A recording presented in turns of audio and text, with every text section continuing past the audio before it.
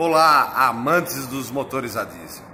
Agora de volta pós-carnaval, né? Eu tenho um outro serviço aí onde eu trabalho no carnaval, pré-carnaval e carnaval. Eu sigo trabalhando e acabo deixando a oficina um pouco de lado e também deixando o canal um pouco de lado. Estamos de volta aí depois do carnaval, já estamos recuperados, pronto para iniciar o ano trabalhando na área da mecânica. Pessoal, apareceu aí dois casos nessa semana de pessoal reclamando de consumo da sua caminhonete. Como eu fiz o vídeo ali da Carijó, do consumo da Carijó, e vamos ampliar esse vídeo, vamos fazer de mais caminhonetes. Eu fiz já da C14 e da F1000 Carijó. E muita gente embasado naquilo ali veio lá reclamar do consumo da sua caminhonete. Ou dizer que depois de um tempo a caminhonete começou a consumir mais combustível. Pessoal, nos dois casos, eu já, antes de entrar no veículo, antes de fazer qualquer pergunta para o proprietário, eu já identifiquei o problema. Antes, ao menos, de ligar ela. Todas as duas caminhonetes que vieram aqui com problema de consumo, de alto consumo de combustível, estavam com pneus muito grandes, muito maiores do que o que saiu original. Uma delas até era uma Ranger, estava com uns pneus lameiro gigante, e o cara começou a falar que começou a consumir muito combustível, e eu perguntei, foi depois de você ter trocado o pneu? Aí o cara foi, coincidentemente foi. Então aí tá a resposta, pessoal. Por mais que pareça esteticamente bonito para alguns, gosto não se discute, né? Para alguns, colocar um pneu de trator ou de patrola numa caminhonete, ela não foi projetada para aquilo ali, tá? Então agora nós vamos dar umas dicas. Eu tô com uma tabela aqui dos pneus que saem original na F1000. Ah, mas então você é fordista, você é F1000Z. Não, eu não sou fordista nem F1000Z. É só porque eu só tenho o manual da F1000, então foi as medidas que eu consegui. Se eu tivesse o manual da D20, eu colocaria o da D20. Se eu tivesse o manual da Toyota Bandeirante, sim, eu colocaria o da Toyota Bandeirante. Tá bom, pessoal? É só porque eu só tenho acesso a esse material aqui. A temática do pneu grande vale para todos os veículos, tá? Para todas as caminhonetes aí, tá bom? A ciência é uma só.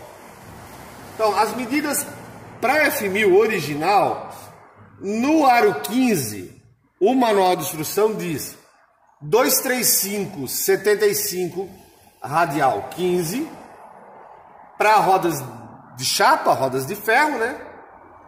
E 255/75 radial 15 para rodas de liga leve.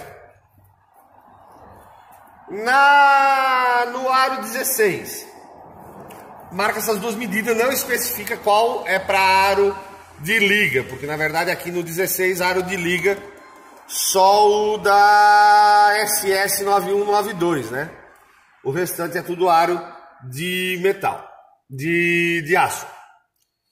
Uma medida em polegada, né, que é o pneu comum, né, 7 polegadas por 16.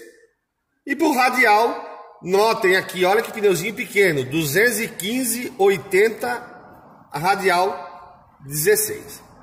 Só para ensinar rapidinho, acredito que tenha já essa informação na internet, o que quer dizer isso aqui, tá? 235, largura em milímetro, tá? Barra 75 é a altura? Sim, mas não é 75 milímetros, é 75%. Isso aqui é como se tivesse 1% aqui. 75% disso da altura. Então, se você tem 235 milímetros, 75% desses 235 milímetros é a altura da lateral, da banda dele. Banda de rodagem, banda lateral. 75% da banda de rodagem. A radial, não quer dizer roda, isso aqui quer dizer radial, o aro 15. tá? E assim, mesmo aqui aplica a mesma coisa, tá? No polegada, 7 polegadas, mas 7 polegadas aonde? Tanto na banda de rodagem quanto na banda lateral. Ele é um pneu simétrico. E o aro é 16. Beleza? Tá, esses pneus são pequenos para caminhonete? Dá um aspecto pequeno? Dá. São um pouco subdimensionado ali. É e não é, tá? Tem ciência nisso aí para Ford ter colocado essas medidas originais, tá bom, pessoal? Fica esteticamente legal aumentar um pouco o pneu? Fica. Dentro de toda a minha experiência com caminhonetes, todos esses anos, eu vou passar 2 medidas, uma para o aro 15 e uma para o aro 16, que são as maiores medidas que você pode colocar sem influenciar muito no consumo e na durabilidade da suspensão e na dirigibilidade. Porque quando você troca um pneu, uma medida de pneu, você troca a relação que ele tem com de todo o conjunto de tração com o chão. Você pode perder a referência do velocímetro. É o mais comum possível. Segundo, você pode aumentar o consumo, tá? Você pode ter problema do veículo ficar mais duro, pular mais. E ainda problemas com estabilidade. Porque tem gente que pensa que quanto maior o pneu, mais estável vai ficar. Nem sempre você pode ter problemas de aquaplanagem. Tá bom? Por quê? Pensa assim, quanto maior a área do pneu, menos ele vai exercer uma pressão no solo. Então pode ficar melhor para passar numa lama, para passar numa areia fofa, um pneu bem largo. Porém, numa água, ele também não vai tender a cortar a água. Ele vai tender a passar por cima da água. Por quê? Porque o tamanho do pneu é calculado conforme o peso do veículo. Então, eu senti muito isso quando eu troquei a medida do pneu daquela minha F1000 Bordeaux, tem no canal ali, eu troquei e eu notei que com os pneus originais ela não dava aquaplanagem, pelo menos nunca tinha acontecido.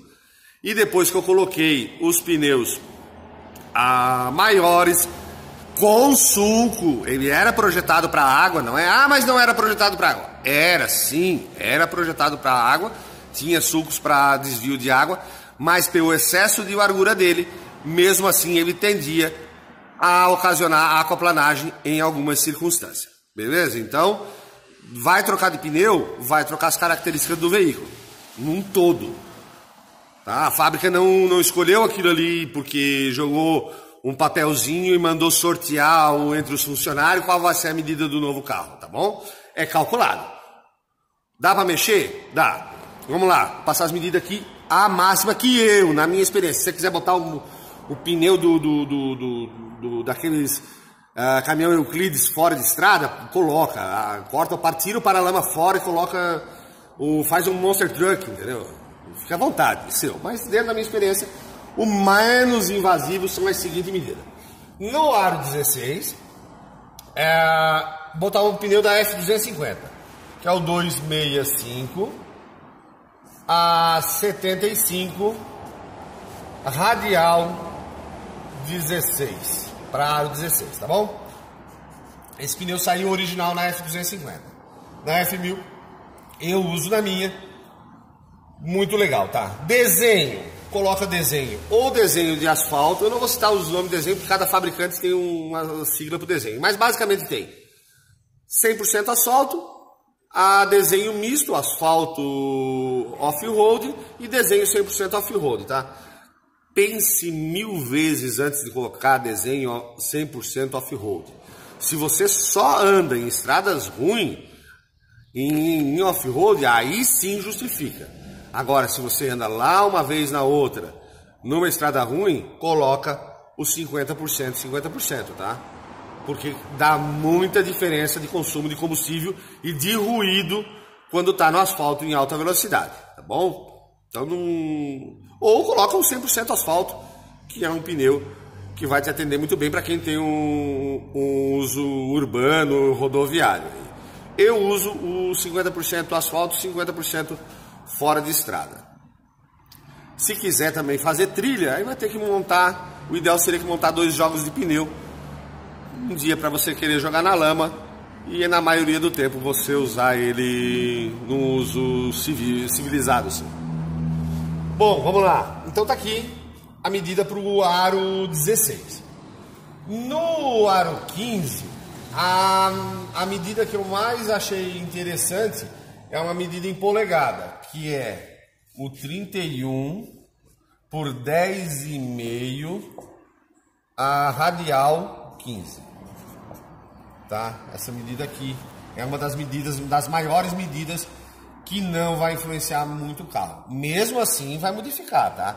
Vai dar um pouquinho de aquaplanagem, porque os pesos dos veículos são diferentes, tá bom? Isso aqui era uma... eu coloquei numa Supercab que eu tinha ali. Vamos ensinar a identificar esse pneu aqui, porque esse pneu aqui já é diferente para identificar o tamanho dele. 31 polegadas, onde é que está 31 polegadas? Ó, aqui está o pneu. Ele tem 31 polegadas daqui, aqui, tá? 10,5. 10,5. 10,5 é a banda de rodagem, em polegadas. E o aro 15, né? Tá? Beleza, pessoal? Ah, mais uma coisa. A calibragem. Dianteiro, 35, é o que manda o manual.